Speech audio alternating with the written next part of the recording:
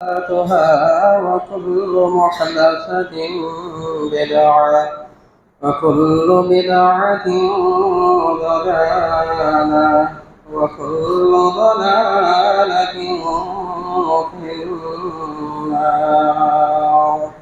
أما بعد فأعوذ بالله من الشيطان الرجيم. لقد كان لكم في رسول الله أسوة حسنة. সমস্ত প্রশংসা মহান আল্লাহ সুবহানাহু ওয়া তাআলা নিমিত্তে, জিনার শুকরিয়া স্বরূপ ছোট্ট শব্দ দ্বারা প্রশংসা করে থাকি। সকলেই বলুন আলহামদুলিল্লাহ। তারপর শেষ নবীর ওপর অজস্র সালাম ও শান্তি অবিরাম বর্ষিত হোক। আল্লাহুম্মা আমিন। আল্লাহুম্মা সাল্লি আলাইহি। সম্মানিত উপস্থিতি, এই জুমার খুতবা থেকে মিম্বারে দাঁড়িয়ে আপনাদেরকে অনেক সময় অনেক কথা বলেছি, শুধু আপনাদেরকে আদেশ দিয়েছি, শুধু আপনাদেরকে শাসন করেছি। আজকে খুব গুরুত্বপূর্ণ একটি বিষয় নিয়ে এসেছি, যে বিষয়টি হচ্ছে আজকে আমি আমাকেই শাসন করব। আজকে আমি আমাকেই শাসন করব। গুরুত্ব দিয়ে শুনতে হবে, তার কারণ এতে আপনাদের উপকার রয়েছে। বিশেষ করে জুমার খুতবা 2 রাকাত নামাজের পরিবর্তে এটি ফরজ একটি ইবাদত। জুমার খুতবা একটি ইবাদত। এই জুমার খুতবা দেওয়ার জন্য প্রয়োজন হয় আলিম, বক্তা, খতিব, দাঈ, যারা ইসলামের পথে, আল্লাহ এবং তার রাসূলের পথে মানুষকে সঠিক পথে আহ্বান করে, তাদেরকে দাঈ বলা হয়। বুঝতে পেরেছেন? অতএব একজন আলেম সে যদি একনিষ্ঠভাবে আল্লাহ সুবহানাহু ওয়া তাআলার সন্তুষ্টি অর্জনের উদ্দেশ্যে সে যদি মানুষকে সঠিক পথের দিকে আহ্বান করে, তাহলে সে তাকে দাঈ বলা হয়। অতএব আজকে আমি আপনাদের সম্মুখে যে বিষয়টি নিয়ে আলোকপাত করব তা হচ্ছে খতিব, দাঈ, বক্তাদের গুণাবলী। যদি সময় থাকে তাহলে আমলবিহীন খতিব, বক্তা, দাঈদের পরিণতি সম্পর্কে বলবো ইনশাআল্লাহ। তার কারণ সমাজ সংস্কার করার জন্য সর্বপ্রথম ভূমিকা হচ্ছে বক্তা, দাঈ, খতিবদের। এদেরকে সুন্দরভাবে একনিষ্ঠভাবে যদি সমাজে ইসলামের কাজ না করা হয়, না করেন, তাহলে কিন্তু সমাজ পরিবর্তন হবে না। খাস করে বিশেষ করে সাধারণ মানুষ একজন আলেমকে দেখে শিখবে, একজন দাঈকে দেখে শিখবে যে তার মধ্যে কি আছে না আছে। এটি খুব গুরুত্বপূর্ণ বিষয়, যার কারণে আমাদেরকে সর্বপ্রথম যে বিষয়টি জানতে হবে, অবগত হতে হবে, তা হচ্ছে দাঈর গুণাবলী। আমি বিশেষ করে সব জায়গার আলেম, উলামা এবং যারা ইসলামের কাজ করে, সে আলেম না হলেও যদি সাধারণ মানুষ হয়, সে যদি মানুষকে সৎ পথে আহ্বান করে, দাওয়াতের কাজ করে, আমি তাকেও বলবো এবং সাধারণ মানুষ আমি সকলকেই বলবো, এই গুণাগুলির মধ্যে আপনারা গুণান্বিত হবেন ইনশাআল্লাহ। কেন? আল্লাহ সুবহানাহু ওয়া তাআলা তিনি বলেন সূরা আহজাব আয়াত নাম্বার 21, লাকাদ কানা লাকুম ফি রাসূলিল্লাহি উসওয়াতুন হাসানাহ, যে তোমাদের জন্য রাসূলুল্লাহ সাল্লাল্লাহু আলাইহি ওয়াসাল্লামের মধ্যে রয়েছে উত্তম আদর্শ, উত্তম নমুনা। আল্লাহ রাসূল সাল্লাল্লাহু আলাইহি ওয়াসাল্লাম আমাদের জন্য হচ্ছে চিত্র, তিনি আমাদের শিক্ষক, শ্রেষ্ঠ শিক্ষক। তিনি সমস্ত কিছু আমাদেরকে আল্লাহ রাব্বুল আলামিনের বাণী পৌঁছে দিয়েছেন এবং আদেশ নিষেধের মাধ্যমে ইসলামের সমস্ত কিছু শিক্ষা দিয়েছেন। আমরা সবসময় বলি এটা করতে হবে, ওইটা করতে হবে, সেটা করতে হবে, আদব কায়দা, রীতি নীতি, একটু যে সাধারণ মানুষের সামনে বলি।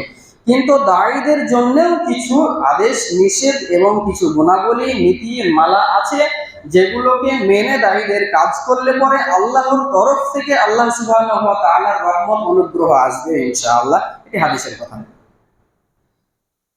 প্রথম নাম্বার, একজন দায়ী, একজন বক্তা এবং একজন খতিব কে যে গুণে গুণান্বিত হবে, প্রথম নাম্বার হচ্ছে দাওয়াতের ক্ষেত্রে নিয়তের বিশুদ্ধতা।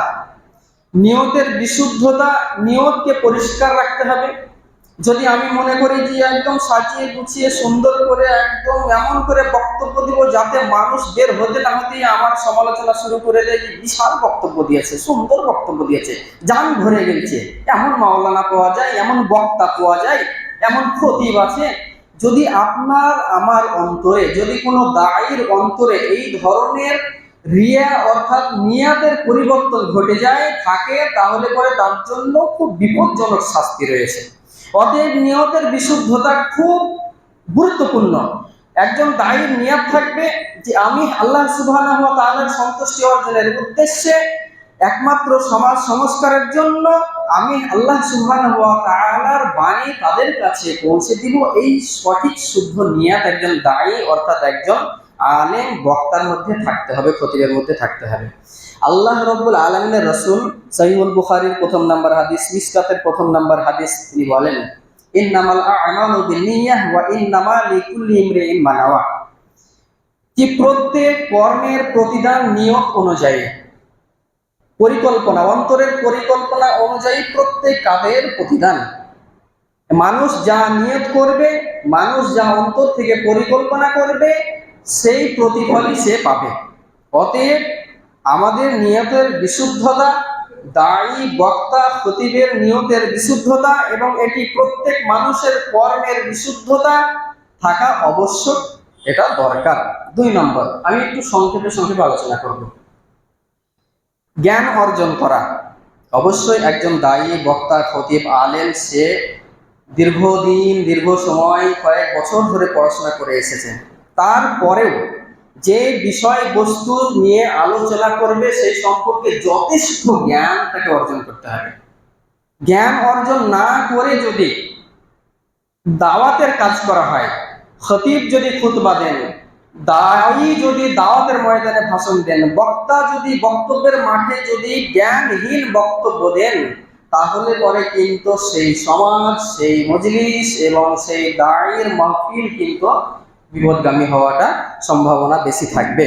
তার কারণ সময়ের দিকে লক্ষ্য রেখে জ্ঞানের দুর্বলতা থাকলে পরে আপনার লাগামহীন ঘোড়ার মতো বিক্ষিপ্ত বক্তব্য দিতে হবে। এখানে এক কামড়, ওখানে এক কামড়, ওখানে এক কামড় করে বক্তব্য দিতে হবে।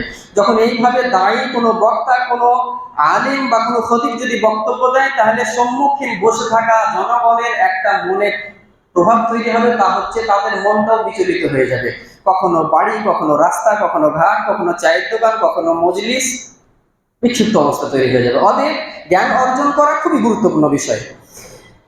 সূরা আলাম, সর্বপ্রথম আল্লাহ রাব্বুল আলামিন আমাদেরকে জ্ঞান অর্জন করার কথা, শিক্ষা অর্জন করার কথা, পড়ার আদেশ দিয়েছেন। ইকরা বিসমি রাব্বিকাল্লাযী খালাক, পড়ো তোমার প্রভুর নামে যিনি সৃষ্টি করেছেন। এই আয়াতের অনেক তাফসীর ব্যাখ্যা করা যায়, কিন্তু আমি অর্থই বলছি। সহিহুল বুখারীর ইমাম বুখারী সহিহুল বুখারীর প্রথম খণ্ডে 16 নম্বর পৃষ্ঠাতে তিনি একটি অধ্যায় বেঁধেছেন। সেই অধ্যায়টা কি গুরুত্বপূর্ণ অধ্যায়, শুনেন। আল ইলমু কাবলাল কাওলি ওয়াল আমালি, যে জ্ঞান অর্জন করা, কথা বলা এবং আমল করার পূর্বে জ্ঞান অর্জন করতে হবে। কথা বলা এবং আমল করার পূর্বে যদি জ্ঞান অর্জন না করেন, তাহলে আপনার কথা বলার পদ্ধতি, ভঙ্গিমা কিন্তু বিক্ষিপ্ত হবে। আর যদি আপনি আমল করা, কোনো সৎ কর্ম করার আগে যদি আপনি জ্ঞান অর্জন না করেন, তাহলে পরে আপনার সেই আমল কর্মে কিন্তু মনোযোগী হতে পারবেন না। আপনি বিক্ষিপ্ত ভাবেই করবেন, চঞ্চল ভাবে আপনি সেই আমল করবেন। অতএব কথা বলার আগে এবং আমল করার আগে আপনাকে জ্ঞান অর্জন করতে হবে। এটি এত সুন্দর অধ্যায়, মাশাআল্লাহ। সূরা মুহাম্মদ আয়াত নাম্বার 19, আল্লাহ রাব্বুল আলামিন বলেন, ফাআলাম আন্নাহু লা ইলাহা ইল্লাল্লাহ ওয়াস্তাগফির লিযামবিক ওয়ালিল মুমিনিনা ওয়াল মুমিনাত। আল্লাহ রাব্বুল আলামিন বলছেন, অতঃপর জ্ঞান অর্জন করো যে আল্লাহ রাব্বুল আলামিন ব্যতীত সত্য কোনো ইলাহ বা মাবুদ নাই, ওয়াস্তাগফির লিযামবিক, এবং তোমার গুনাহের জন্য তুমি আল্লাহ রাব্বুল আলামিনের নিকটে ইস্তিগফার করো, তওবা করো, ক্ষমা প্রার্থনা করো, এবং মুমিন নর নারীর জন্য ক্ষমা প্রার্থনা করো। একজন দায়ীর দায়িত্ব কর্তব্য হচ্ছে নিজের জন্য, নিজের ভুল ত্রুটির জন্য, পাপাচারের জন্য ক্ষমা চাওয়া, এবং তার সঙ্গে মুসলিম মুমিন মুমিনাত নর নারীর জন্য ক্ষমা প্রার্থনা করা। অতএব সমাজের মানুষের জন্য, সারা বিশ্বের মুসলিমের জন্য ক্ষমা প্রার্থনা করা একজন দায়ীর কর্তব্য। 3 নম্বর হচ্ছে দাওয়াত অনুযায়ী নিজে আমল করা। এইখান থেকে যে ভাষণ, যে দাওয়াত আমি আপনাদেরকে দিব, সেই দাওয়াত অনুযায়ী যদি আমি আমল না করি তাহলে তার ভয়াবহ পরিণতি রয়েছে। দাওয়াত অনুযায়ী আমল করা এবং নিজের আমলের মধ্যে ইখলাস থাকা, একত্ববাদ তাওহীদ প্রতিষ্ঠিত থাকতে হবে, তাওহীদের প্রতি প্রতিষ্ঠিত থাকতে হবে, ইখলাস থাকতে হবে। এবং যে দাওয়াত দিব, অর্থাৎ আমি অথবা কোনো বক্তা অথবা কোনো খতিব বা কোনো সাধারণ মানুষ যদি কাউকে দাওয়াত দেয়, তাহলে পরে সেই অনুযায়ী তাকে আমল করতে হবে, নাচে খুব ভয়াবহ শাস্তি রয়েছে। সূরা সাফফাত আয়াত নম্বর 2-3 আল্লাহ রাব্বুল আলামিন বলেন, ইয়া আইয়ুহাল্লাযীনা আমানু লিমা তাকুলুনা মা লা তাফআলুন। আল্লাহ রাব্বুল আলামিন বলেন যে হে ঈমানদার বান্দাগণ, তোমরা কেন তা বলো যা তোমরা নিজে করো না? তোমরা কেন তা বলো যা তোমরা নিজে করো না? কাবুরা মাক্তান ইনদাল্লাহি আন তাকুলু মা লা তাফআলুন। আল্লাহ রাব্বুল আলামিন তিনি বলছেন, তোমরা যা করো না তা বলা আল্লাহ রাব্বুল আলামিনের নিকটে বড় গুনাহ। বুঝলেন কথাটা? যে দায়ী বক্তা আপনাদেরকে দাওয়াত দিবে, সাধারণ মানুষকে দাওয়াত দিবে, সে যদি নিজে সেই আমল না করে, তাহলে আল্লাহ রাব্বুল আলামিন বলছেন যে তুমি যে দাওয়াত দিচ্ছ, ভাষণ দিচ্ছ, যে আহ্বান তুমি মানুষকে করছো, তুমি নিজে আমল করো না, তা কেন বলছো? আর তা বলা হচ্ছে, তুমি যদি আমল না করো তাহলে তা বলা হচ্ছে বড় গুনাহ। আল্লাহ রাব্বুল আলামিনের ক্রোধ অবতীর্ণ হয়, তিনি রাগান্বিত হন। সুবহানাল্লাহ। অতএব একজন দায়ীর বিশেষ কর্তব্য যে সে যা দাওয়াত দিবে তাকে অন্ততপক্ষে আমল করতে হবে, সেই কর্মের কর্মী তাকে হতে হবে, তারপরে দাওয়াত দিতে হবে। সূরা বাকারা আয়াত নম্বর 44 আল্লাহ রাব্বুল আলামিন বলেন, আতা'মুরুনান নাসা বিল বিররি ওয়া তানসাউনা আনফুসাকুম ওয়া আনতুম তাতলুনাল কিতাবা আফালা তা'কিলুন। তোমরা কি মানুষকে সৎ কাজের আদেশ দাও? আল্লাহ রাব্বুল আলামিন বলছেন, তোমরা কি মানুষকে সৎ কাজের আদেশ দাও? ওয়া তানসাউনা আনফুসাকুম, এবং তোমরা নিজেরাই তা ভুলে যাও। অর্থাৎ তোমরা নিজেরাই তা আমল করো না, নিজেরাই তা বাস্তবায়ন করো না। ওয়া আনতুম তাতলুনাল কিতাব, অথচ তোমরা কোরআন অধ্যয়ন করো, অথচ তোমরা কিতাব অধ্যয়ন করো। আফালা তা'কিলুন, তারপরেও কি তোমরা বুঝবে না? কোরআন অর্থাৎ অন্যান্য ধর্মগ্রন্থ সেই সময় যারা তেলাওয়াত করতো, অধ্যয়ন করতো, পড়তো, তারা মানুষকে সৎ পথের আহ্বান করতো, তারা বলতো, যেমন ইয়াহুদী নাসারা, তারা নিজেরা আমল করতো না, তাদের দায়ী বক্তারা খতিবরা নিজে আমল করতো না। বুঝতে পেরেছেন? আল্লাহ রাব্বুল আলামিন এখানে সতর্ক করেছেন, ভর্ৎসনা দিয়েছেন যে তুমি বলবে কেন, বলছো কেন যে যা তুমি নিজে করবে না, অথচ তুমি কোরআন অধ্যয়ন করো, তুমি একজন আলেম, তুমি একজন বক্তা, তুমি একজন খতিব, যা তুমি আদেশ করো মানুষকে সেটা তুমি নিজে পালন করো না। একটা ভর্ৎসনা দিয়ে বলা হচ্ছে, এই কথাটা ঘৃণাস্বরে বলা হচ্ছে, ভর্ৎসনা দিয়ে বলা হচ্ছে। অতএব একজন আলেমকে, একজন দায়ীকে সুন্দরভাবে তাকে সেই কাজ আমল করতে হবে, ইখলাস থাকতে হবে।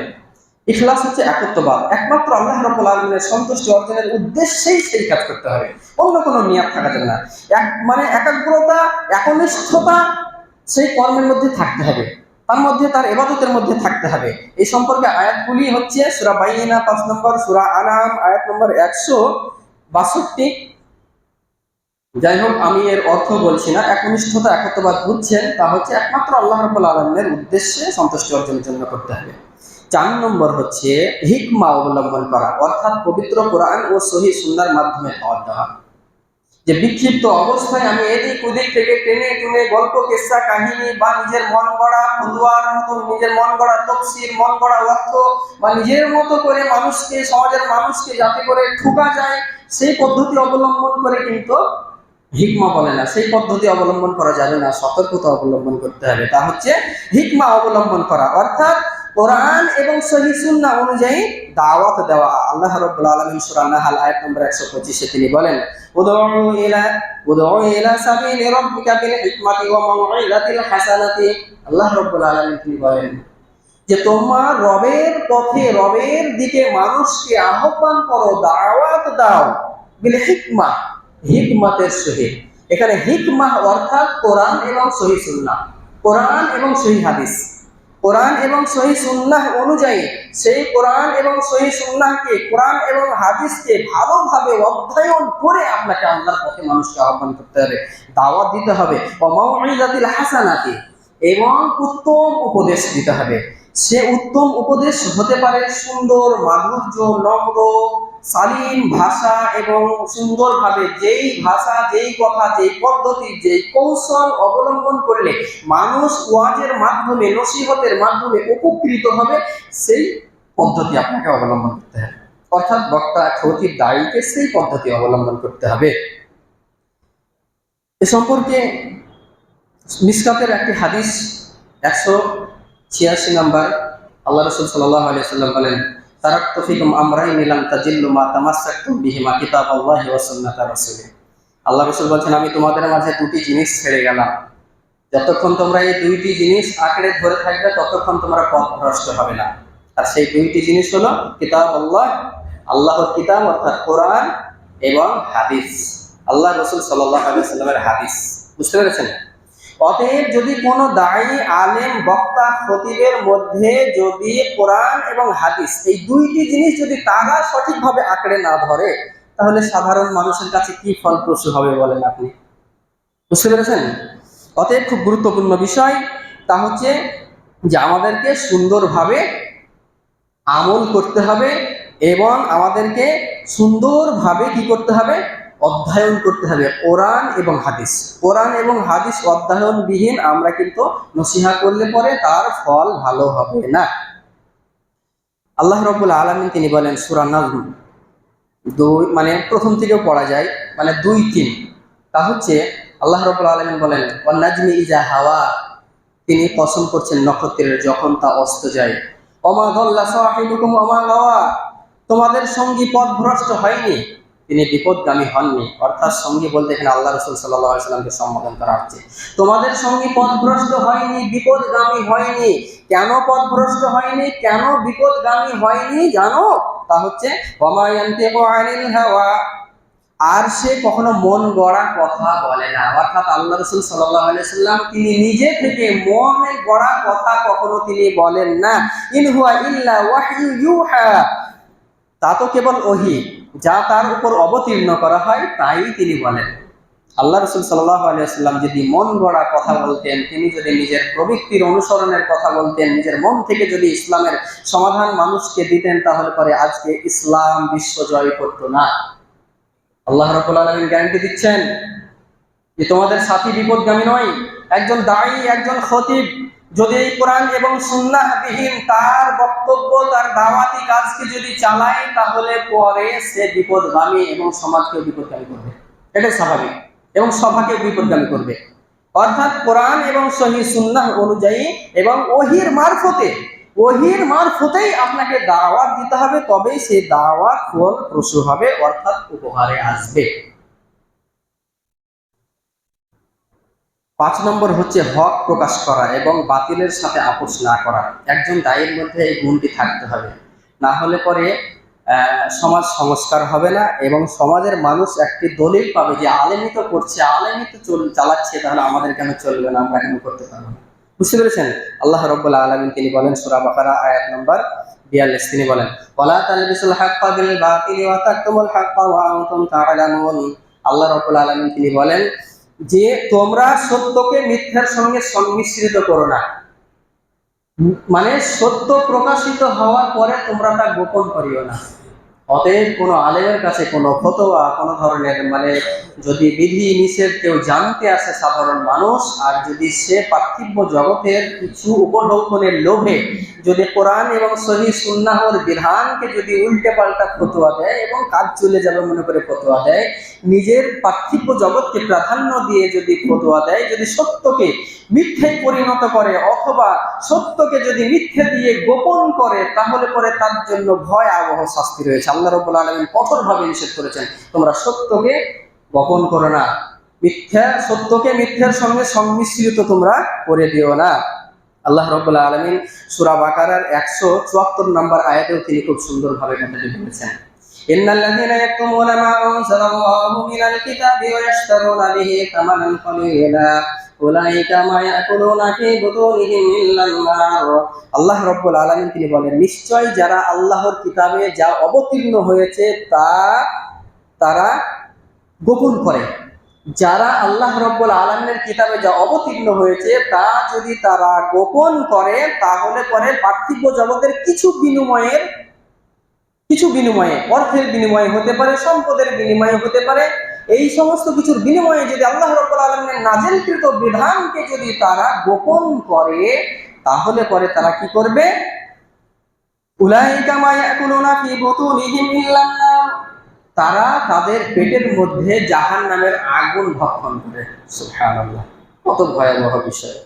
যদি আপনি সত্যকে জানার পরেও যদি আপনি গোপন করে নিয়ে পার্থিব জগতের কিছু সম্পদ বা পার্থিব জগতের কিছু মুখ, আপনি সম্মান হতে পারে অন্যান্য পার্থিব জগতের যাবতীয় কিছু যদি আপনি এক টুকরো ভরেলেন পকেটে, তাহলে পরে আপনি জাহান্নামের আগুন ভরলেন নিজের পেটে।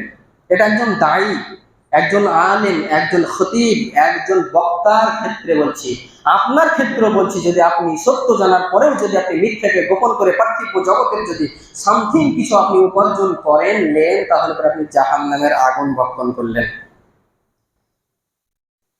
6 নম্বর হচ্ছে নম্রতার সাথে বিনয়ী ভাবে কথা বলা। নম্রতা ও বিনয়ী অবলম্বন করা এটি খুব গুরুত্বপূর্ণ বিষয়। ফেরাউনের নাম শুনেছেন?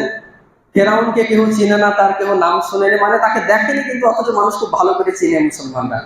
হ্যাঁ, সেই ফেরাউন যে রাজা বাদশাহ, যার হাতের ইশারাতে সবকিছু চলতে হতো, সেই ফেরাউনের কাছে মুসা আলাইহিস সালামকে এবং হারুন আলাইহিস সালামকে দুই ভাইকে আল্লাহ রাব্বুল আলামিন আদেশ দিয়েছে, যাও ফেরাউনের কাছে। বাস্তবে কি তার কাছে যাব, কেমন করে কথা বলবো? হতে পারে যে সে বাদশাহ হতে পারে, সে হতে পারে আমিও তো একজন নবী বলেছি, তাকে একদম ডেকে সেটে কথা বলে দেবো, সে তো ভুল পথে আছে, সে তো সীমা লঙ্ঘন করেছে, তাকে নিজের মতো করে কথা বলে সাইজ করবো না। আল্লাহ রাব্বুল আলামিন আদেশ করছেন, ইযহাবা ইলা ফিরআউনা ইন্নাহু তাগা ফাকুলা লাহু কাওলান লায়্যিনান লাআল্লাহু ইয়াতাযাক্কারু আও ইয়াখশা। আল্লাহ রাব্বুল আলামিন হারুন এবং মুসা আলাইহিস সালাম দুই ভাইকে নির্দেশ দিলেন যে তোমরা যাও ফিরআউনের কাছে, সে সীমা লঙ্ঘন করেছে। যাওয়ার পরে তোমরা দুই ভাই তাকে উপদেশ দাও, আদেশ দাও, কাওলান লায়্যিনান, নম্র ভাষায়, নরম ভাষায় তাকে তোমরা, কোমল ভাষায় তাকে আদেশ দাও, সৎ কাজের আদেশ দাও, কর্কশ ভাষায় নয়। কি বললেন? নম্র ভাষায়। আরে ওকে কর্কশ ভাষায় কথা বললে গুনাহ হতো নাকি? যে জালেম ছিল তার বিরুদ্ধে তো অনেকেই বলেছে, বলতে ভয়ে বলেনি, কিন্তু তবুও একজন নবীকে সংশোধন করে বলছেন যে তুমি তার কাছে যাও, ফেরাউনের কাছে গিয়ে কাওলান লায়্যিনান, নরম ভাবে কথা বলো। যদি তুমি নম্র ভদ্র শালীন ভাবে যদি তুমি তার সঙ্গে ব্যবহার করো, কথা বলো, হতে পারে সে লাআল্লাহু ইয়াতাযাক্কারু আও ইয়াখশা, হতে পারে সে তোমার উপদেশ গ্রহণ করবে, নচেত ভয় করবে। সে সেই সময় যদি তোমার উপদেশ গ্রহণ নাও করে, পরে সে কিন্তু ভাবনা চিন্তা করে তার মধ্যে আল্লাহর ভয় জেগে উঠবে। এটাই হচ্ছে খুব সুন্দর একটি পদ্ধতি, তা হচ্ছে নম্র ভদ্র শালীন ভাষার মাধ্যমে মানুষকে আল্লাহর পথে আহ্বান করা।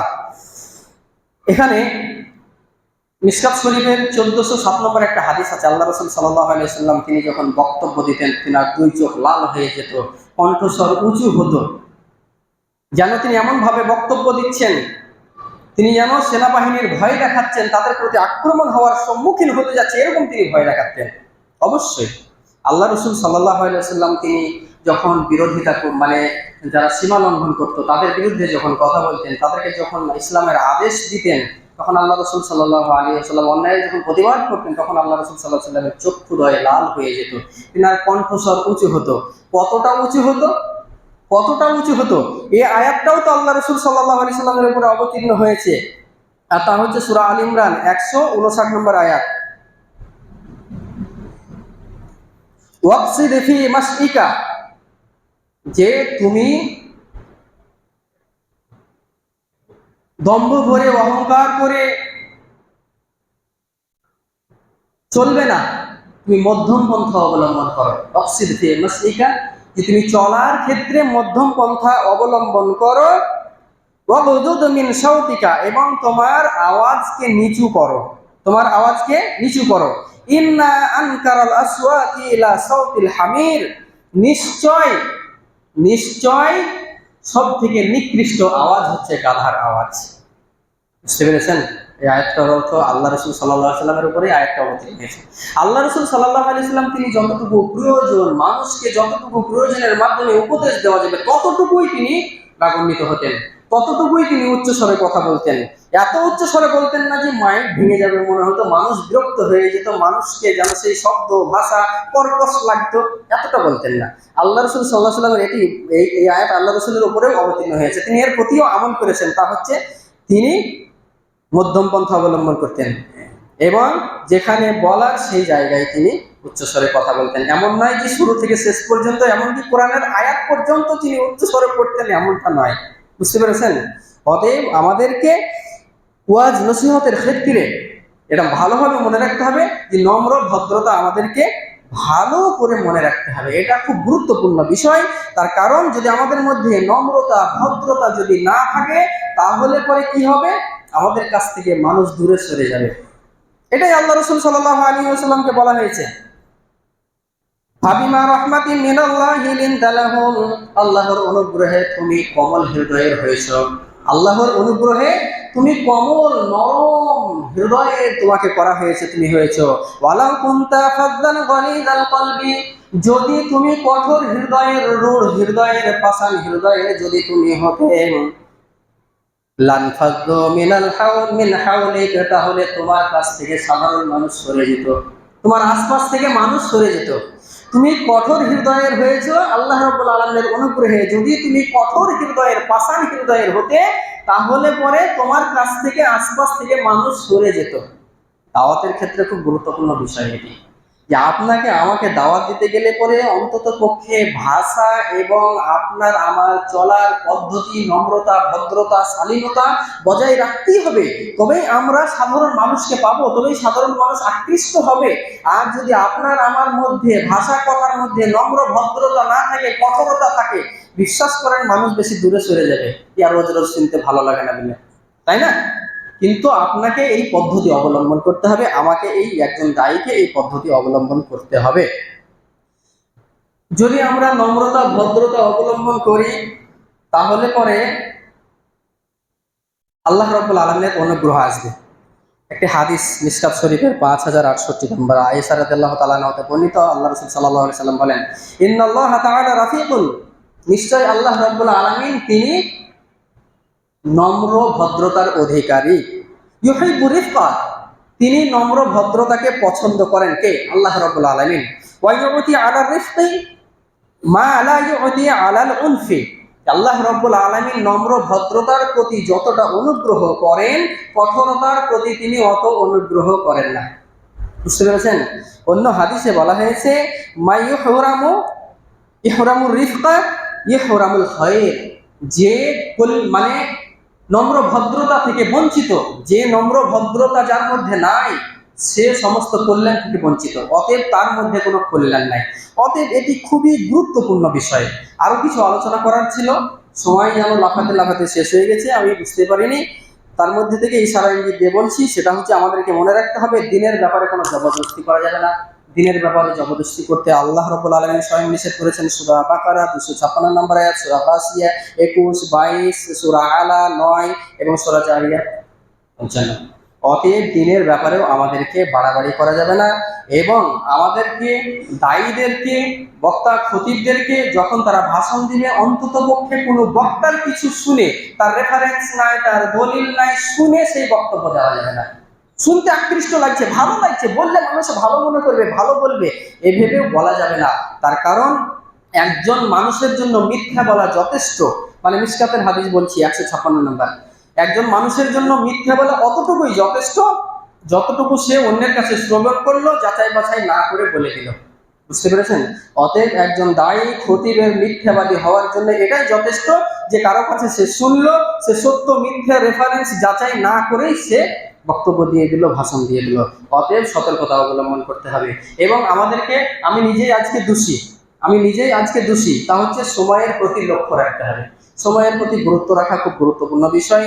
আল্লাহ রাসূল সাল্লাল্লাহু আলাইহি ওয়াসাল্লাম সহিহুল বুখারীর 68 নম্বর হাদিসে তিনি বলেছেন, জি আল্লাহ মানে সাহাবী বর্ণনা করছেন, আল্লাহ রাসূল সাল্লাল্লাহু আলাইহি ওয়াসাল্লাম তিনি নির্দিষ্ট দিনে মানুষকে উপদেশ দিতেন এবং মানুষের পরিস্থিতির উপর তিনি লক্ষ্য করতেন যাতে করে তারা বিরক্ত না হয়ে যায়। বুঝতে পেরেছেন? অতএব আমাদের এই বিষয়গুলি লক্ষ্য রাখা দরকার। বারাকাল্লাহু লানা ওয়া লাকুম ফিল কুরআনিল إن الحمد لله وحده والصلاة والسلام على من لا نبي بعد أما بعد فأعوذ بالله من الشيطان الرجيم وما آتاكم الرسول فخذوه وما نهاكم عنه فانتهوا। দ্বিতীয় খুতবায় প্রথম খুতবার সারমর্ম আপনাদের বলে দিচ্ছি। একজন দায়ী, বক্তা, খতিব এবং একজন সাধারণ মানুষ যে দাওয়াতি কাজ করে তার জন্য বিশেষ গুণ থাকতে হবে। সেই গুণগুলি হচ্ছে দাওয়াতের ক্ষেত্রে নিয়তের বিশুদ্ধতা, জ্ঞান অর্জন করা, ইখলাস থাকতে হবে, হিকমা অবলম্বন করতে হবে, অর্থাৎ কোরআন ও সুন্নাহ অনুযায়ী দাওয়াত দিতে হবে, হক প্রকাশ করতে হবে, বাতিলের সঙ্গে আপোষ করা যাবে না, এবং নম্র ভদ্রতার সঙ্গে কথা বলতে হবে, এবং দিনের ব্যাপারে জবরদস্তি করে কথা বলা যাবে না, যতটুকু আছে ততটুকুই বলতে হবে, বাড়াবাড়িও করা যাবে না, এবং সময়ের প্রতিও লক্ষ্য রাখতে হবে। একজন দায়ী, একজন খতিব, একজন বক্তা, যেমন আমি যদি এই বক্তব্য যাই আপনাদেরকে দিই, এই মোতাবেক যদি আমল না করি তাহলে আমার জিহবা, একজন দায়ী বক্তার জিহবা লোহার আগুনের কাঁইচি দিয়ে জিহবা কাটা হবে কিয়ামত। সর্বপ্রথম আল্লাহ রাব্বুল আলামিন যেদিন হিসাব নেবেন এই আলেমদের, সেই দিন তাদেরকে জাহান্নামে যেতে হবে। বুঝতে পেরেছেন? যদি এই আমলবিহীন আমরা দায়ী খতিব হই তাহলে পরে। আরেকটি আছে যে পাথরে করে মাথা চূর্ণ বিচূর্ণ করা হবে, এবং আরো বহু হাদিস আছে যে একজন আলেমকে, একজন ব্যক্তিকে জাহান্নামে নিক্ষেপ করা হবে, এবং সে জাহান্নামে নিক্ষেপ করা মাত্র তার ভুঁড়ি বের হয়ে যাবে এবং সে চাকির মতো ঘুরতে থাকবে। জাহান্নামবাসী এসে জিজ্ঞাসা করবে যে তুমি অমুক নয় যে তুমি আমাদেরকে আদেশ করতে, সৎ কাজের আদেশ করতে, অন্যায় কাজ থেকে বাধা দিতে? তখন বলবে যে হ্যাঁ, আমি তোমাদেরকে সৎ কাজের আদেশ করতাম, কিন্তু আমি নিজেই করতাম না। আমি তোমাদেরকে অসৎ কাজ থেকে বাধা দিতাম, অথচ আমি সেই অসৎ কাজগুলো নিজেই করতাম। বুঝতে পেরেছেন? বহু কথা আছে, বহু শাস্তি আছে। অতএব আমাদেরকে ভয়াবহতা এবং আল্লাহ ভীরুতা অবলম্বন করতে হবে, এবং বিশেষ করে আমাদেরকে এই গুণে গুণান্বিত হতে হবে।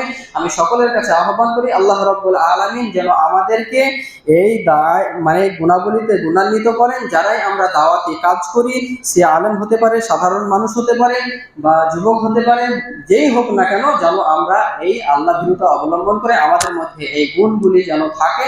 আল্লাহ রাব্বুল আলামিনের কাছে দোয়া করি, আল্লাহ রাব্বুল আলামিন তুমি আমাদেরকে এই গুণে গুণান্বিত করিও। যা বললাম আল্লাহ তুমি আজকে আমাকে এবং আমার